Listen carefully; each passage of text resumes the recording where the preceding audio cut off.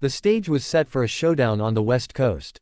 As the sun began to set over San Francisco on June 19, all eyes in the WNBA world turned to the Chase Center. The Indiana Fever, led by the magnetic force that is Caitlin Clark, arrived to begin a 3-game road trip. Their first stop, a clash with the expansion franchise Golden State Valkyries. On paper, it was a matchup of two franchises moving in opposite directions, but the truth would be found under the lights. Indiana came in with a 6-5 record and confidence surging.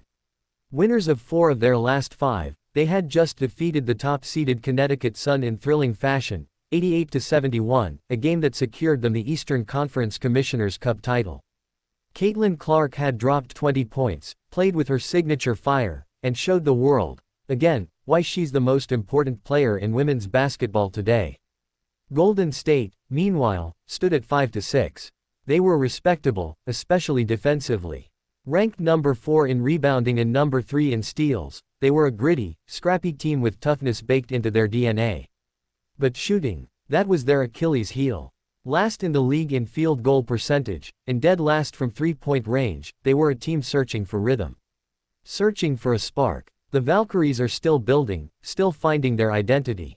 They are better than past expansion teams like Atlanta in 2008 or Chicago in 2006, but tonight, they faced their biggest test.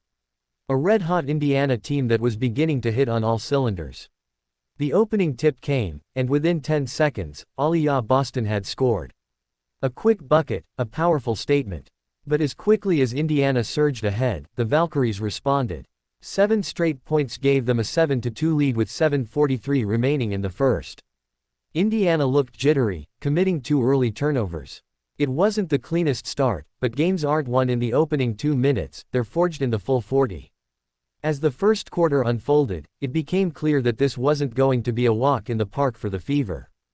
Golden State brought physicality. They rebounded with force. They pressed. They harassed the ball. But Indiana, like they've done all season, adjusted.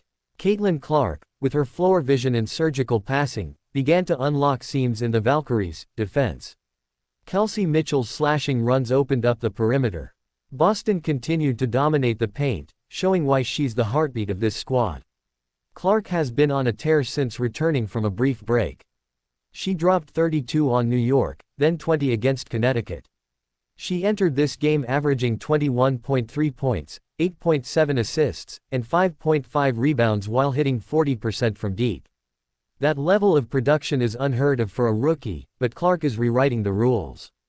The Valkyries, short-handed due to 5 international players away at Eurobasket, were relying on newly signed replacements. These women had talent but little time to gel.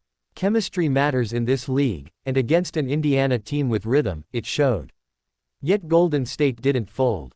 They battled, with Kayla Thornton continuing to be their most consistent weapon, averaging 14.6 points and 7.2 rebounds. Monique Billings contributed muscle in the post, and Veronica Burton's playmaking kept them within striking distance. But Indiana had too many weapons. Natasha Howard's versatility created mismatches. Lexi Hull, who has quietly become one of the Fever's most efficient shooters, hit a timely triple. Her 56.7% from 3 isn't just elite, it's devastating when paired with Clark's passing. As the game wore on, Clark did what she always does, took over in flashes. Step-back threes, cross-court lasers, dazzling transition plays. The Valkyries threw defenders at her, tried switching, tried trapping. It wasn't enough. By halftime, the Fever had established a rhythm. Their offense flowed, their defense clamped down, and the crowd in San Francisco, even those who came to boo Clark, couldn't help but respect her brilliance. She plays with fire, but she plays with control. That's the difference between good and generational. The Fever entered the third quarter with an edge, not just in points, but in poise. They had figured Golden State out. Boston's footwork in the post looked like poetry. Clark was now orchestrating the game like a symphony, finding Mitchell for a corner 3, then zipping a no-look pass to Howard under the rim. Every run the Valkyries made, Indiana answered. That's what good teams do. That's what mature teams do. And make no mistake, this Indiana Fever squad is maturing before our eyes. Down the stretch, as the Valkyries attempted to mount one last rally, it was Clark who silenced them. A deep three with the shot clock winding down. Bang. Then a steal. Then a drive and dish to Boston. Layup.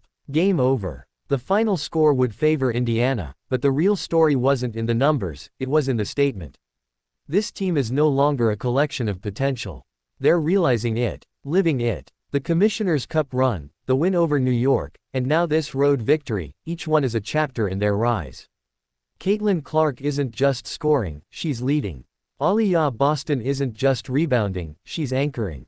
And together, they are redefining what the Fever can be. As they now look ahead to Vegas and Seattle, they do so with purpose.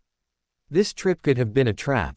It's becoming a coronation. The Fever have arrived. And everyone, from the league office to the last row in the arena, is watching.